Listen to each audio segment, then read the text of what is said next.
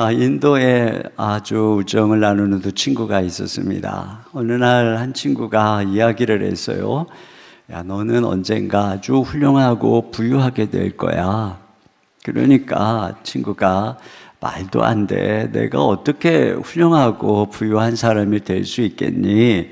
아니야, 너는 그렇게 될 거야. 네 이마에 그렇게 써 있어. 그랬더니 이 친구가 그럼 진짜 만약에 내가 네 말대로 훌륭하고 또 부자가 된다면 내가 너에게 100만 루피를 줄게 그랬어요.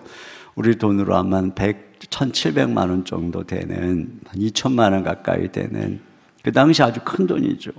그러니까 듣는 친구가 정말 그러면 너 네 말 이거 글로 서약서를 써줘. 그래갖고 친구가 서약서를 쓰고 내가 성공하고 부유해지면 너한테 100만 루피를 주겠다. 친필 사인까지 했습니다.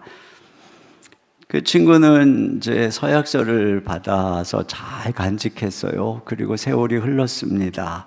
정말로 그 친구가 훌륭하게 되고 부유해졌어요. 반면에 그렇게 말했던 친구는 가난하게 살고 있었습니다. 그런데 이제 이때쯤이면 둘이 서로 교제가 끊겼어요. 그리고 서로 각자 다른 삶을 살기 시작했습니다. 어려운 중에 그 친구에게 서약서를 들고 가고 싶었지만 어릴 적에 그저 농담처럼 했던 이야기라고 생각할까봐 미처 차마 가지고 가지를 못했어요. 그러다가 이 친구가 가난하게 살다가 병이 들었습니다. 이제 죽을 날이 얼마 안 남았을 때 어린 아들, 7살짜리 어린 아들을 불렀어요. 그래서 저 창가에 있는 상자를 가지고 오거라. 그 상자에는 그 서약서가 담겨져 있어요. 아빠가 죽거든 아빠 친구에게 이 종이를 가지고 가거라. 아빠가 죽고 이 아이가 아빠가 말한 그 친구를 찾아갑니다. 하인의 손에 들려진, 그래서 전달되어진 그 종이를, 서약서를 이 친구가 읽고서는 새까맣게 잊어버리고 있었던 그 옛날의 약속을 기억하게 된 것이죠. 그래서 이 아이에게 자기가 성공한 것이 7년 전이니까 그때서부터 이자까지 계산을 해가지고 120만 루피의 수표를 사인을 해서 아이에게 주면서 너 다른 데 가지 말고 이거 꼭 가지고 가서 엄마에게 드려라, 이렇게 이야기를 했다고 해요. 이게 실제적으로 인도에 있었던 실제적인 이야기라고 하는데요. 이렇게 신실하게 약속을 지킨 것이죠. 그런데 오늘 본문에는 이와 아주 비슷한 이야기가 나와요. 그것은 바로 요나단의 아들 무비보셋의 이야기입니다. 그리고 이 무비보셋은 사울 왕의 손자인 것이죠. 근데 사울 왕은 죽고 다윗이 왕이 되었습니다. 이와 같이 이렇게 왕권이 바뀌면 보통 반역의 불씨가 될 만한 왕가의 후손들은 대부분 죽임을 당하거나 멀리 유배를 보내게 되죠. 그러므로 이 무비보셋이 왕손이었다는 사실은 자랑해야 되는 명예가 아니라 감춰야 하는 약점이었습니다. 그래서 미갈이라고 하는 사람의 집에서 조용히 숨어서 지내고 있었어요. 그러던 어느 날 다윗이 이 무비보셋을 찾는 것입니다. 그 무비보셋은 이제 나는 죽었구나 하고 다윗 왕의 앞에 머리를 조아리게 되었는데 뜻밖의 다윗이 무비보셋에게 엄청난 은혜를 약속하는 거예요. 그것이 바로 7절에 있습니다. 같이 7절을 보겠습니다. 시작. 다윗이 그에게 이르되 무서워하지 말라. 내가 반드시 내 아버지 요나단으로 말미암아 내게 은총을 베풀리라. 내가 내 할아버지 사울의 모든 밭을 다 내게 도로 주겠고 또 너는 항상 내 상에서 떡을 먹을지니라 하니. 네. 그러니까 다윗이 너의 아버지 요나단 때문에 내가 너에게 은총을 베풀겠다 그러면서 사울의 밭 재산을 전부 이 무비보셋에게 주는 것입니다. 그리고 자기와 함께 아침마다 식사를 같이 하는 그런 그 신분을 얻게 된 것이에요. 왜 이와 같이 다윗이 그에게 은혜를 베푸는 것일까? 왜 요나단 때문에 왜 이런 은혜를 베푸는 것일까? 그것은 우리가 알고 있는 것처럼 다윗과 요나단은 아주 친한 친구였고 둘 사이에는 약속이 있었기 때문에 그렇습니다. 다윗이 네가 왕이 되면 우리 후손들에게 너 꼭 은혜를 베풀어줘. 바로 그런 언약을 했기 때문에 그렇습니다. 그것이 사무엘상 20장 15절 이하에 나와 있습니다. 우리 같이 한 목소리로 읽겠습니다. 시작. 여호와께서 너 다윗의 대적들을 지면에서 다 끊어버리신 때에도 너는 내 인자함을 내 집에서 영원히 끊어버리지 말라 하고, 이에 요나단이 다윗의 집과 언약하기를 여호와께서는 다윗의 대적들을 치실지어다 하니라. 다윗에 대한 요나단의 사랑이 그를 다시 맹세하게 하였으니 이는 자기 생명을 사랑함 같이 그를 사랑함이었더라. 네.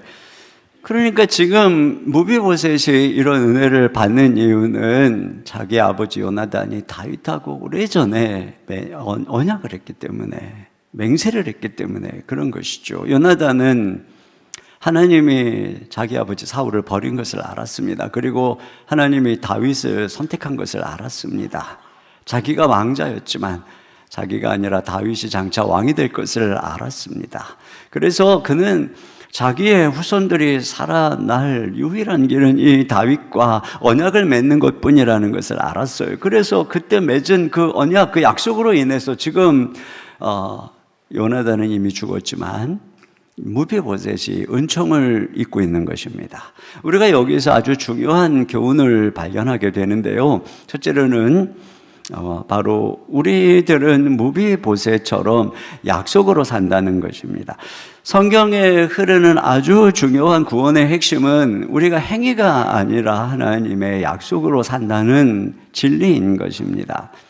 여러분, 아브라함이 이스라엘 민족의 시조가 된 것도 어느 날 하나님이 일방적으로 아브라함에게 나타나서 내가 너로 큰 민족을 이루고 내가 내게 복을 주어가지고 내 이름을 창대케 하고 너로 열방이 복을 받게 하겠다, 이렇게 하나님이 약속을 하신 것입니다.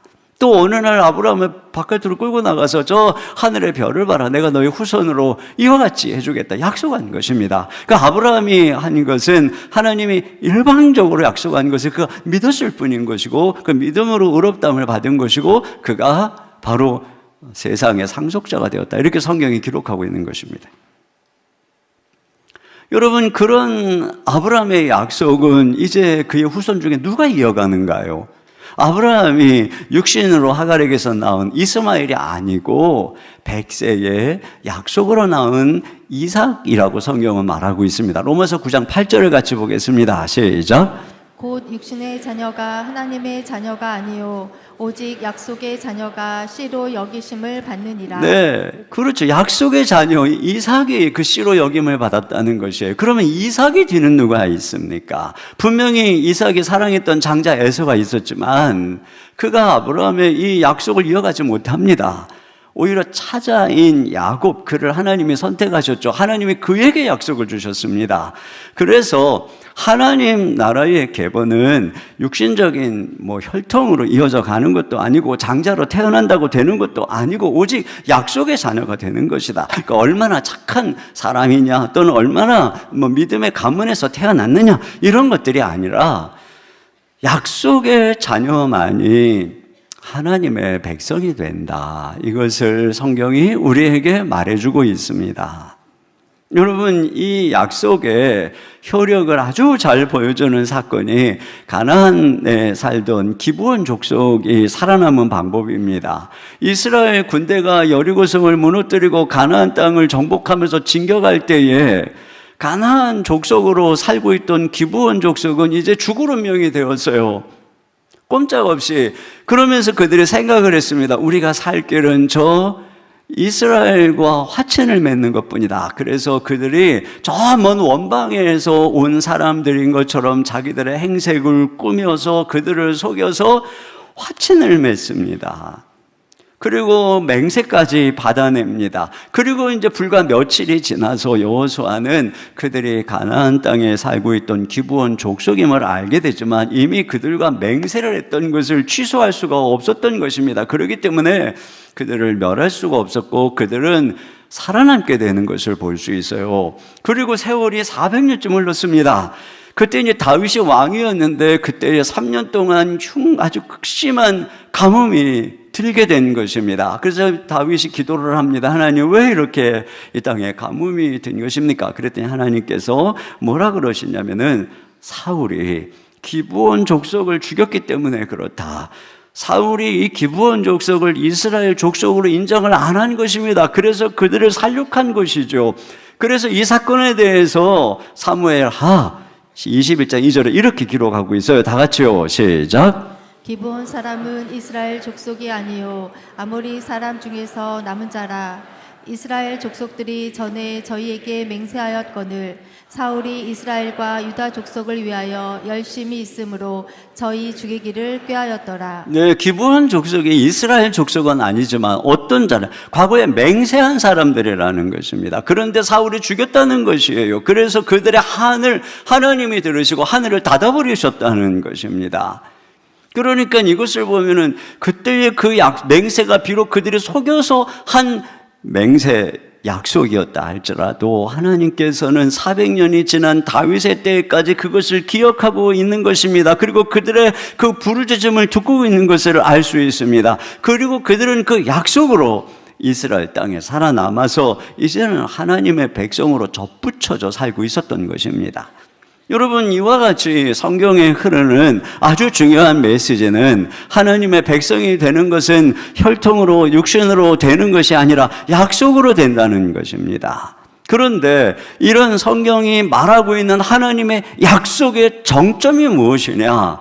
그것은 바로 메시아에 대한 약속인 것입니다. 그리스도에 대한 약속인 것입니다. 그래서 이 아브라함에게 하나님이 주셨던 내 자손이 하늘의 별처럼 많게 될 것이다라고 했던 그 자손은 궁극적으로 예수 그리스도다. 성경은 그렇게 말하고 있어요. 갈라디아서 3장 16절입니다. 시작. 이 약속들은 아브라함과 그 자손에게 말씀하신 것인데 여럿을 가리켜 그 자손들이라 하지 아니하시고 오직 한 사람을 가리켜 내 자손이라 하셨으니 곧 그리스도라. 그러니까 아브라함에게 하나님이 하신 약속도 궁극적으로 그 자손 그리스도였다는 것입니다. 그리고 다윗에게도 내가 내 후손으로 영원히 왕위에 앉혀서 다스리게 할 것이다. 이렇게 약속을 하시는데 결국은 그의 후손들은 다 망하잖아요. 그것은 궁극적으로 다윗의 자손으로 오실 메시아 그리스도 예수님을 가리키는 것이었습니다. 그러니까 성경은 전체가 바로 이 메시아 한 분에 대한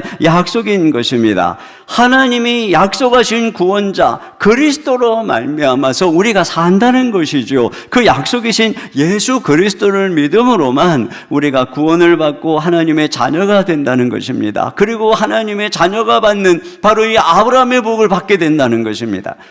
여러분, 만약에 이 무비보셋에게 그 아버지가 요나단이 다윗과 맺은 언약이 없었다고 생각을 해보세요. 그러면 무비보셋은 아무리 자기가 선하고 훌륭하게 살아도 이런 축복을 받을 수가 없습니다. 오히려 그는 죽어 마땅한 폭군 이전 왕조의 자손일 뿐입니다. 그리고 또 그가 다리를 절었거든요. 절른 발이 장애인으로서 모욕과 조롱을 당할 뿐이었습니다. 여러분, 우리도 약속이 없다면 그저 하나님께 반역한 아담의 후손일 뿐입니다. 본질상 진노의 자녀일 뿐입니다.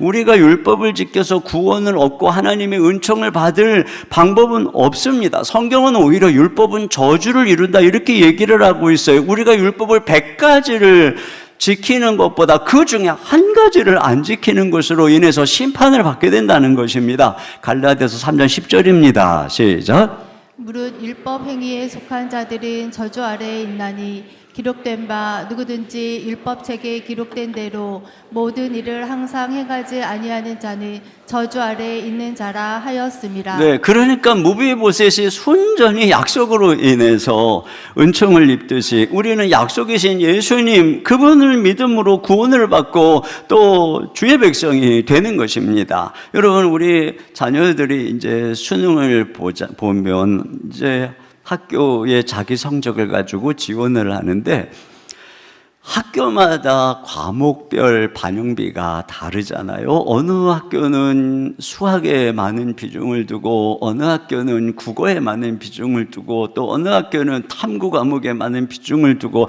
또 어떤 전공은 아예 수학을 전혀 보지도 않고 이와 같이 반영비가 다 다르거든요. 그런데 여러분, 천국에서도 약속된 반영비가 있어요. 천국은 율법에 대해서는 반영비가 0%입니다. 그런데 오직 예수 그리스도를 믿는 믿음에는 파격적으로 반영비가 100%인 것입니다. 그러니까 오직 하나님의 약속을 믿는 자, 그 약속이신 예수님을 믿는 자, 그래서 거듭난 약속의 자녀들만이 천국에 가는 것이다. 이것이 바로 성경의 아주 중요한 메시지인 것입니다. 자, 두 번째로 우리가 여기서 받는 교훈은 하나님은 그 약속을 반드시 지키신다는 것입니다.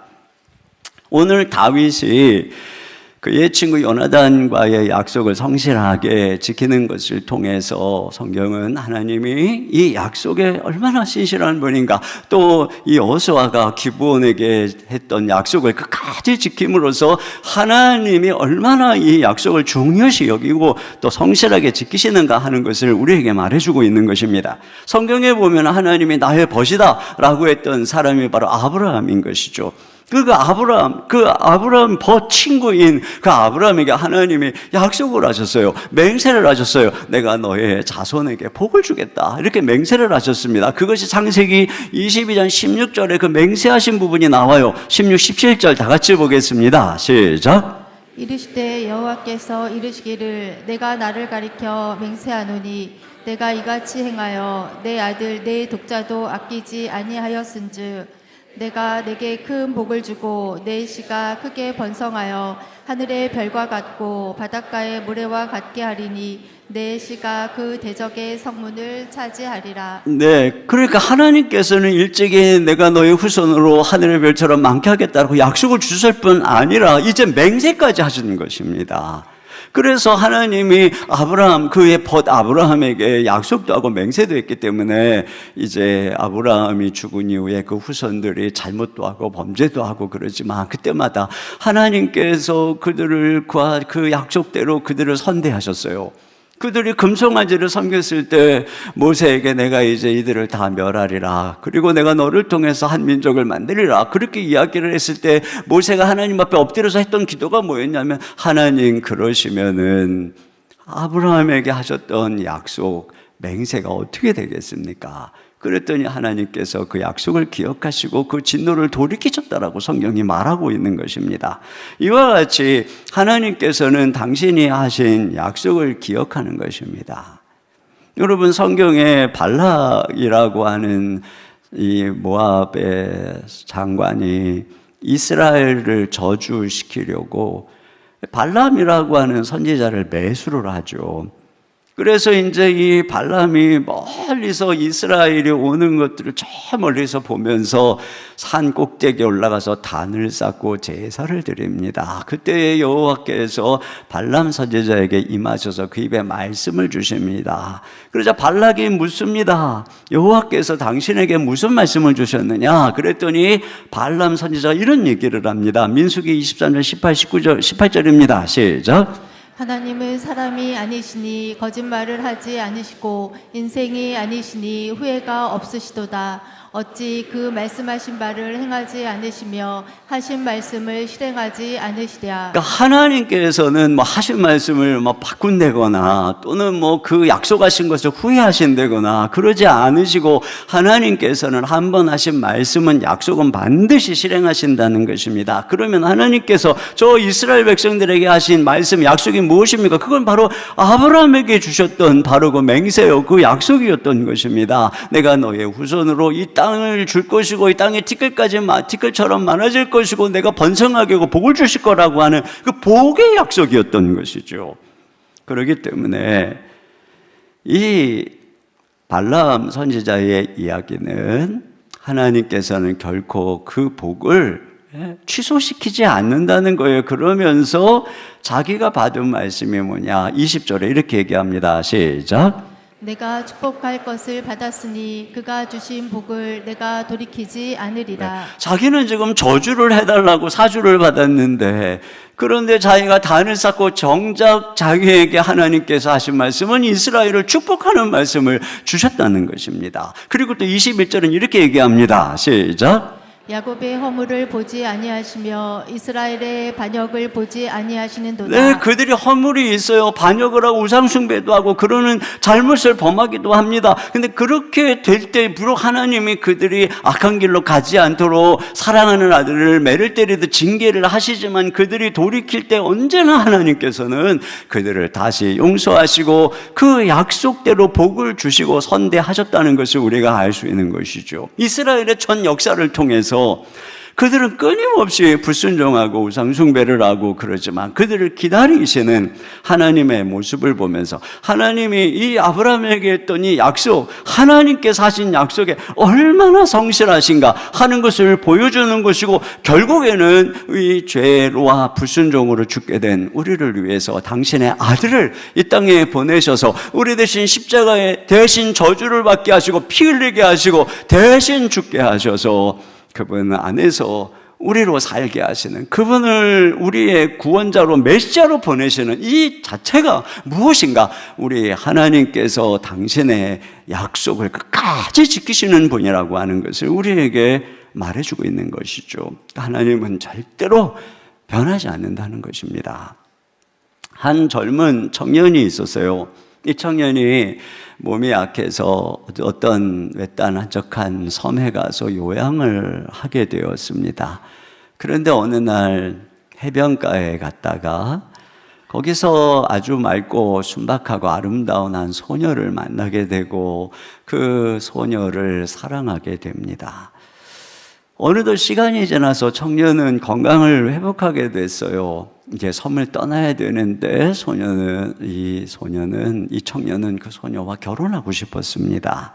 그러려면은 부모의 허락을 받아야 되는데 아무리 생각해도 부모님 허락할 것 같지가 않은 거예요. 왜냐하면 이 소녀는 가난한 어부의 딸이고 또 이 섬에는 학교도 없었기 때문에 공부도 못했고, 그러므로 우리 부모님의 허락을 받으려면 많은 시간이 필요하겠다, 이런 생각이 들은 것이에요. 그래서 이 소녀를 정말 사랑한 청년은 자기가 떠나기 전에 자기가 얼마나 약속에 신실한 사람인가를 가르쳐 주기를 원했습니다. 그래서 둘이 게임을 하다가 진 사람이 10대 군밤을 맞기로 하면 반드시 10대를 때리는 거예요. 소녀가 저도 8대 아프니까 그만 때려요. 그래도 끝까지 10대를 다 때리는 것에 자기가 틀려도 다 맞는 거예요. 어떤 때는 게임에 내가 지면 저 절벽에 핀 꽃을 따다가 너의 머리에 꽂아줄게. 그리고 일부러 게임을 지고 그러면서 막 위험한 그 절벽 위를 막 팔이 긁히면서 올라갑니다. 그러면 그 소녀는 그 위험한데 올라가지 마세요. 저 꽃 안 꺾어다 줘도 돼요. 그리고 막 그래도 끝까지 그 꽃을 꺾어다가 이 소녀에게 꽂아주는 거예요. 그리고 어느 날은 내가 게임에 지면 초겨울이었는데 저 차가운 바닷물 속에 들어가서 1시간을 버틸게. 그리고는 또 게임을 져주는 거예요. 그러니까 그 차가운 물 속에 들어가서 버티고 있는데 막 입술이 새파래지고 30분이 지났는데 얼어서 죽을 것 같으니까 소녀가 제발 나와달라고, 안 그래도 된다고 내가 알겠다고 그러는데도 끝까지 1시간을 다 채우고 나와갖고는 기절해버린 거예요. 그러니까 자, 이렇게 자기가 얼마나 끝까지 약속을 지키는 사람인가를 가르쳐 주고서는 이제 섬을 떠납니다. 내가 부모님 허락을 받고 반드시 너와 결혼하기 위해서 다시 올 거다, 이렇게 떠난 것이에요. 그 다음부터 이 처녀는 선창에 나아가서 배를 기다립니다. 세월이 흘렀어요. 사람들이 빈정거립니다. 지금까지 나는 육지에 나갔다고 섬으로 다시 돌아오는 사람을 본 적이 없어. 너 참 어리석게 기다리고 있구나. 3년이 흐르고 4년이 흐르고 점점 나이가 차가니까 사람들이 점점 그를 바보 취급을 했습니다. 그날도 선창에 나갔는데 한 배가 들어옵니다. 설레는 마음으로 이제 나올까 그렇게 생각을 했어요. 다 내렸고 아무도 더 이상 없나 보다 하고 돌아서려고 하는데 뒤늦게 한 청년이 큰 짐 2개를 들고 끙끙거리면서 배에서 내리는 것입니다. 부모가 그동안 허락을 안 해서 버티고 기다리다가 이제야 허락을 받아서 내가 이와 같이 혼숙감을 가지고 왔다는 것이에요. 청년의 약속을 끝까지 믿고 기다린 이 소년은 결국 이 청년과 결혼해서 행복하게 살았다는 이야기입니다. 네. 여러분, 이처럼 하나님께서는 우리에게 하신 약속을 아주 정말 당신의 아들을 십자가에 못 박으시기까지 난 절대로 이 약속을 지킨다, 이런 분이신 거예요. 여러분, 사람도 바뀌고 모든 것이 바뀌지만 하나님께서 그 아들 안에서 주신 약속, 이건 절대로 바뀌지 않는 것입니다. 절대로 이 언약은 변하지 않아요.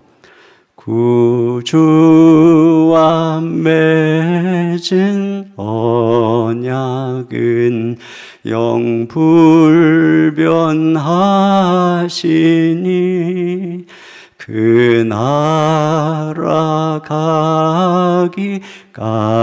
가기까지는 늘 보호하시네. 하나님, 예수님 안에서 우리 하나님의 약속은 절대로 변하지 않는 줄로 믿습니다. 그러니까 우리는 이 약속을 굳게 붙잡아야 돼요. 의심하지 말고. 우리 아들이 어렸을 때 아주 말썽꾸러기였어요. 근데 어느 날 이제 엄마가 뭘 사주기로 약속을 한 모양이에요.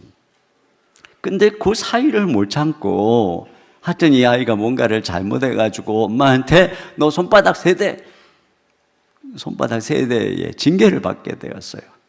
근데 이 아들은 너무나도 겁이 많았기 때문에 손바닥 3대를 맞는데 한 30분쯤 걸립니다. 한 대 맞고 엄마 잘못했어요, 다시는 안 그럴게요, 너무 아파요, 용서해 주세요, 와 울어. 그래도 아내는 약속한 거야. 손바닥 3대를 30분 동안 엉엉 울며 콧물 눈물 다 짜며, 그래봐야 3대인데 그걸 다 맞고 드디어 방에서 나왔습니다. 눈물을 쫙 닦더니 그가 한 말이 이거였어요. 엄마, 약속한 거 살아가자, 이거였어요. 제가 그 아들의 모습이 지금도 생생해요. 야, 진짜 믿음 좋다. 네. 자기의 잘못으로 인해서 엄마가 한 약속이 절대 취소되지 않는다는 이 굳센 믿음을 보면서 제가 깨달았어요. 역시 아이들은 우리들의 믿음의 스승이다. 여러분, 우리가 이걸 배워야 되는 것이에요. 내가 뭘 좀 잘못했다고 해서 하나님께서 예수님 안에서 나에게 하신 약속 절대로 취소되지 않는다는 것입니다. 여러분, 이걸 굳게 믿으시기를 주님의 이름으로 축원합니다. 신학자, 개혁주의 신학자 제이 아담스가 이런 얘기를 했어요. 피는 물보다 진할지 모르지만 언약은, 약속은 피보다 진하다. 자, 세 번째로, 어떻게 우리는 이 약속을 소유할 수 있을까요? 여러분이 다윗이 요나단과 맹세의 약속을 한 것에 대해서 그 이유를 성경이 이렇게 얘기합니다. 17절을 같이 보겠습니다. 시작. 다윗에 대한 요나단의 사랑이 그를 다시 맹세하게 하였으니 이는 자기 생명을 사랑함같이 그를 사랑함이었더라. 그러니까 다윗이 맹세하게 만들었던 것은 요나단이 자기 생명처럼 다윗을 사랑했던 것입니다. 요나단은 왕자고 당시에 다윗은 목동 출신의 천한 소년이었어요. 정치적으로 보면 점점점 인기를 끄는 다윗은 결국은 요나단, 이 왕자인 요나단 자신의 적이고 라이벌이죠. 그리고 아버지의 왕권의 최대의 위협자였습니다. 그러나 다윗은, 이 요나단은 하나님이 자기 아버지를 버리고 다윗을 선택한 것을 알았습니다. 다윗에게 성령이 거하시는 것을 알았어요. 그 동일한 성령으로 충만했던 요나단은 그 다윗을 사랑했던 것입니다. 그래서 다윗의 생명을 보호하려고 애를 썼고 그를 끊임없이 고난 속에 있는 그를 격려했던 것입니다. 그러면서 네가 왕이 되면 내 자손을 보호해달라, 이렇게 약속을 맺게 한 것이고, 다윗은 자기가 어려울 때 받았던 그 요나단의 기이한 사랑, 자기의 목숨처럼 자기를 사랑한 그 사랑으로 인해서 요나단의 말대로 언약을 한 것입니다. 맹세까지 하게 된 것입니다. 그러니까 요나단의 입장에서 보면은 다윗을 자기 생명처럼 사랑함으로써 약속을 받아낸 것입니다. 결국은 요나단은 자기의 삶을 걸고 그 약속을 받았던 것입니다. 여러분, 하나님께서 아브라함에게 축복의 맹세를 했던 이유도 동일합니다. 성경에 보면은 참 이삭이 굉장히 생각보다 그렇게 변변한 사람처럼 보이지는 않는데, 그 이삭이 형통하게 된 이유가 이게 아버지 덕을 본 것으로 성경이 아주 유독 기록을 하고 있어요. 이삭의 때에 가나안에 흉년이 들었어요. 그러니까 하나님이, 그가 이제 그랄 땅으로 이주를 했는데 하나님께서 너 애굽으로 가지 말고 여기 머물어라, 그러면서 내가 너에게 복을 줄 것이다, 이렇게 약속을 하거든요. 그게 창세기 20장 3절입니다. 다 같이요, 시작. 이 땅에 거류하면 내가 너와 함께 있어 내게 복을 주고 내가 이 모든 땅을 너와 내 자손에게 주리라. 네, 그래서 실제로 그 그랄 땅에서 그가 창대하게 됩니다. 왕성하게 되고 거부가 되고 가축이 떼를 이루게 되고 종이 힘이 많아지게 됩니다. 이런 엄청난 복을 왜 받게 된 것이냐에 대해서 3절에 이렇게 얘기해요. 내가 내 아버지 아브라함에게 맹세한 것을 이루어, 이렇게 얘기합니다. 그러니까 하나님께서 이 아브라함에게 맹세했던, 내가 내 자손을 반드시 번성하게 하고 축복하겠다고 한 그 맹세 때문이라는 것이죠. 그러면 왜 하나님께서는 아브라함에게 이런 맹세를 하신 걸까? 그것이 바로 그 다음에 5절에 이렇게 기록되어 있어요. 다 같이 읽겠습니다. 시작.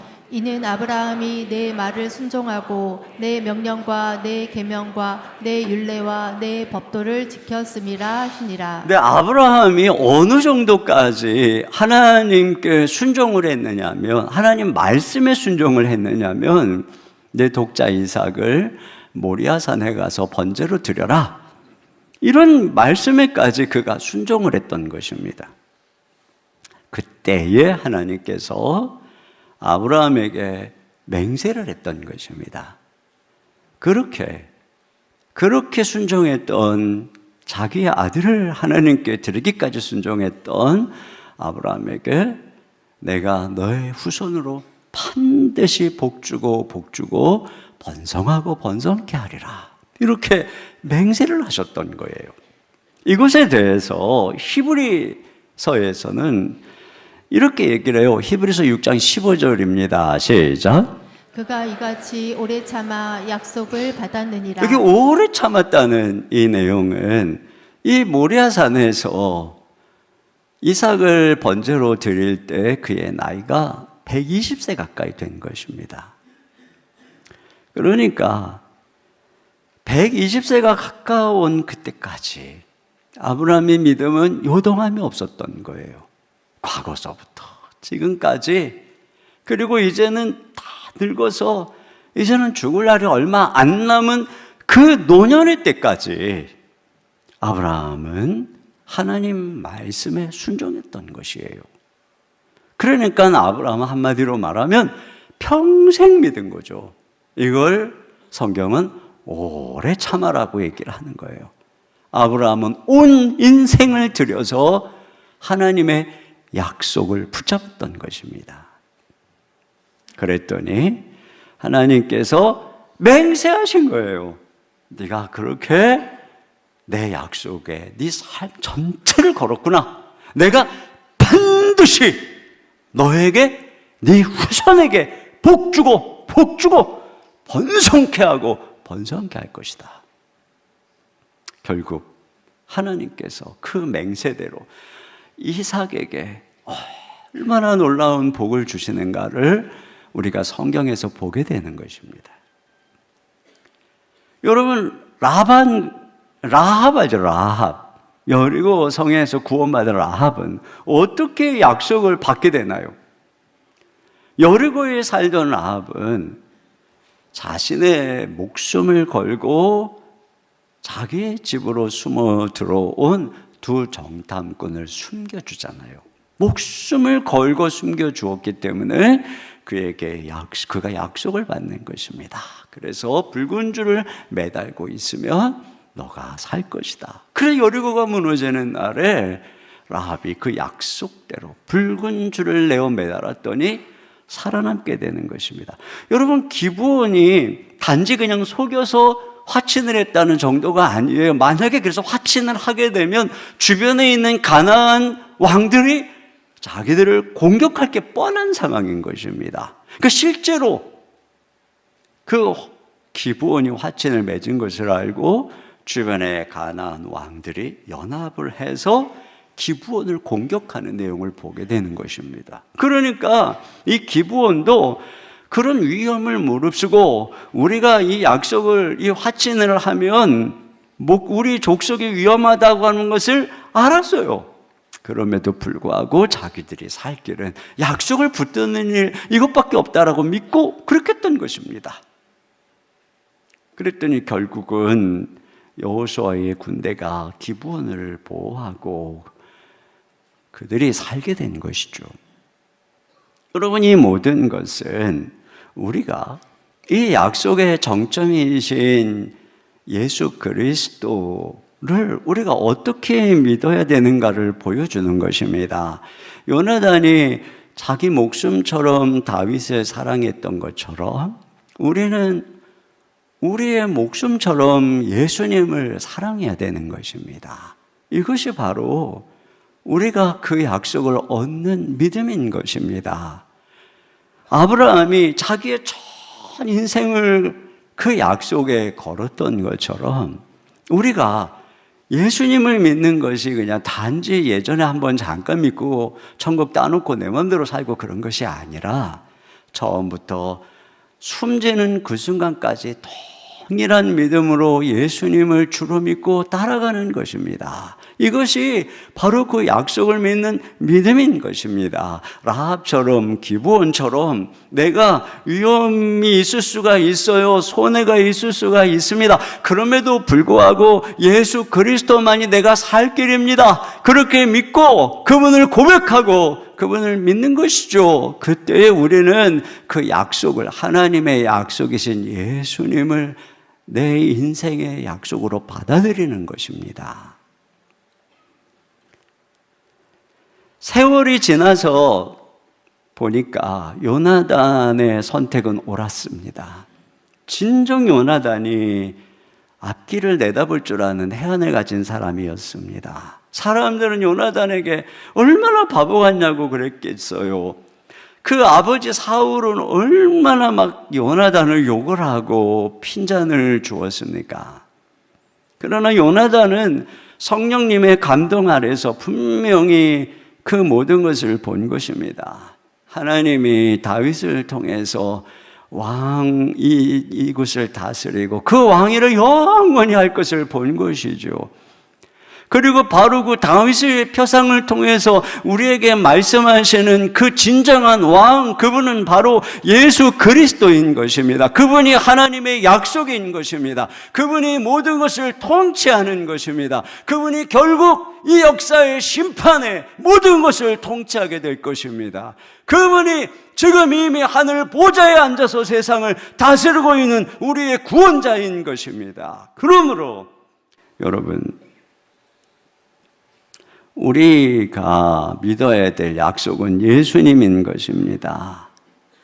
이 예수님 안에 있는 약속으로 사는 것이고, 예수님을 믿을 때에 그분 아래에서 하나님이 아브라함에게 주신 그 자손에게 주신 내가 너의 후손으로 복주고 복주며 번성케 하고 번성케 하리라고 하는 그 약속이 우리의 것이 되는 것입니다. 내가 너로 큰 민족을 이루고 내가 내 이름을 창대하게 하여 내가 너를 통해 온 열방이 복을 받는, 내가 복의 통로로 만들어 줄 거라고 하는 아브라함의 복이 오늘 우리의 복이 되는 것입니다. 그 모든 성경의 약속의 축복은 오로지 그 모든 약속의 정점이신 예수 그리스도, 이 약속만이 내가 살 길이요, 예수님만이 나의 구원자요, 예수님 안에서만 내가 진정으로 하나님의 약속의 자녀가 된다는 사실을 믿을 때 모든 것이 내 것이 되는 것이죠.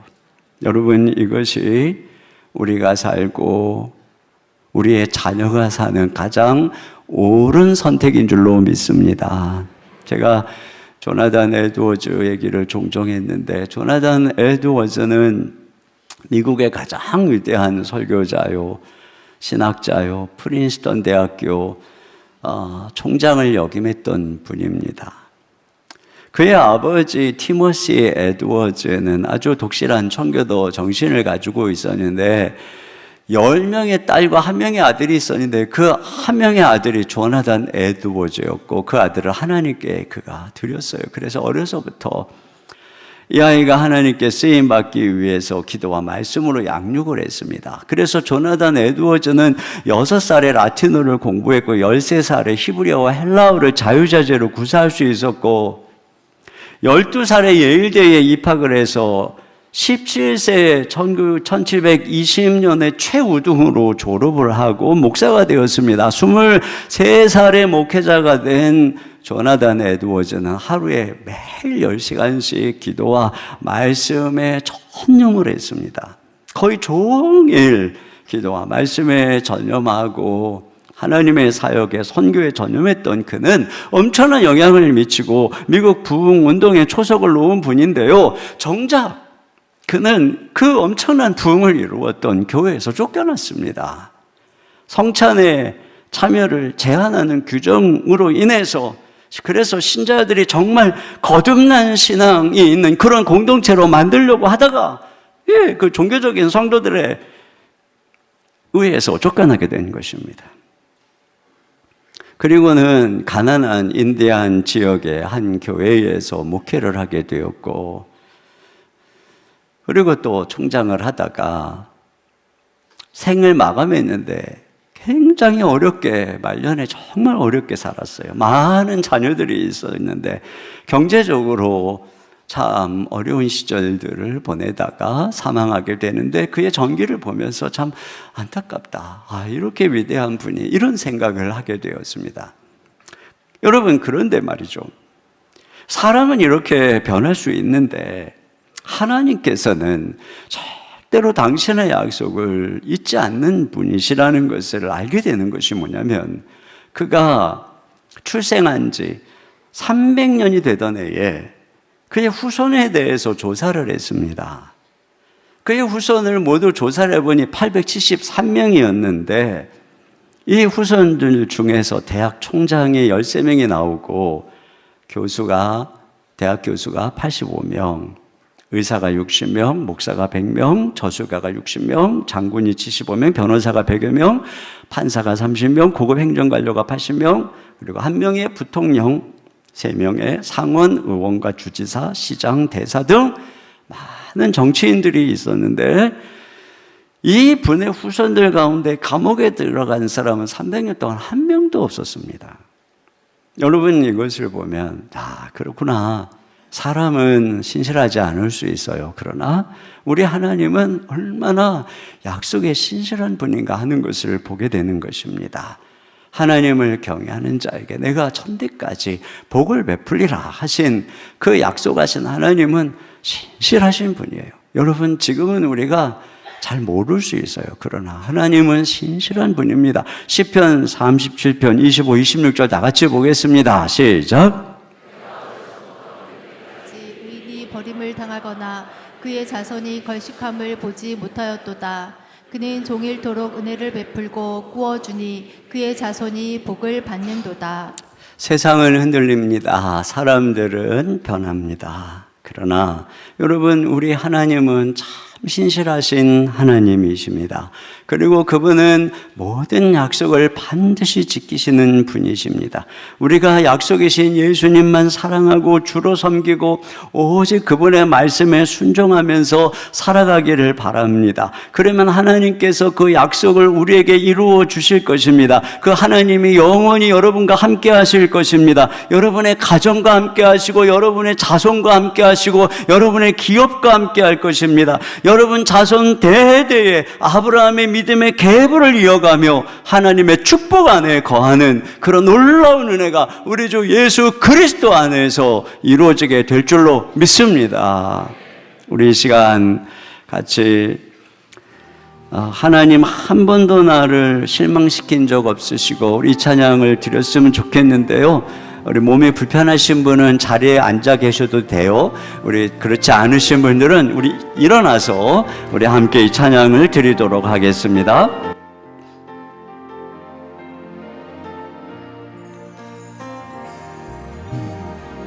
하나님 한 번도 나를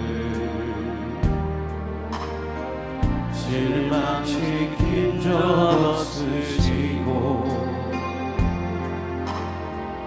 언제나 공평과 은혜로 나를 지키셨네. 오직 신실하신 주, 오직 신실하신 주, 내 너를 떠나지도 않으리라. 내 너를 버리지도 않으리라. 약속하셨던 주님, 그 약속을 지키사 이후로도 영원토록 나를 지키시리라 확신하네. 지나온 모든 세월들, 지나온 모든 세월들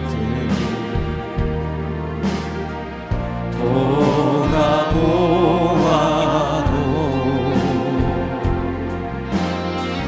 그 어느 것 하나 주의 손길 안 미친 것 전혀 없네. 우리 두 손 들고 찬양합니다. 오 신실하신 주, 오 신실하신 주, 오 신실하신 주, 내 너를 떠나지도 않으리라. 내 너를 버리지도 않으리라. 약속하셨던 주님, 그 약속을 지키사 이후로도 영원토록 나를 지키시리라 확신하네. 우리 신실하신 하나님의 영광의 박수 올려드립니다. 하나님 감사합니다. 우리 같이 함께 기도 제목 함께 읽고 기도하도록 하겠습니다. 우리의 약속이신 예수님을 믿음으로 구원받게 하시니 감사합니다. 하나님이 주신 약속만 붙들고 살아가게 하소서. 아멘. 우리의 연약한 모습과 상관없이 반드시 약속을 이루시는 신실하신 하나님을 믿고 흔들리지 않게 하소서. 우리의 유일한 약속이 되시는 예수님을 사랑하고 믿고 순종함으로 약속을 소유하며 새해에도 복을 누리고 끼치는 삶을 살아가게 하소서. 아멘. 다 같이 한 목소리로 기도하겠습니다. 하나님 아버지 감사합니다.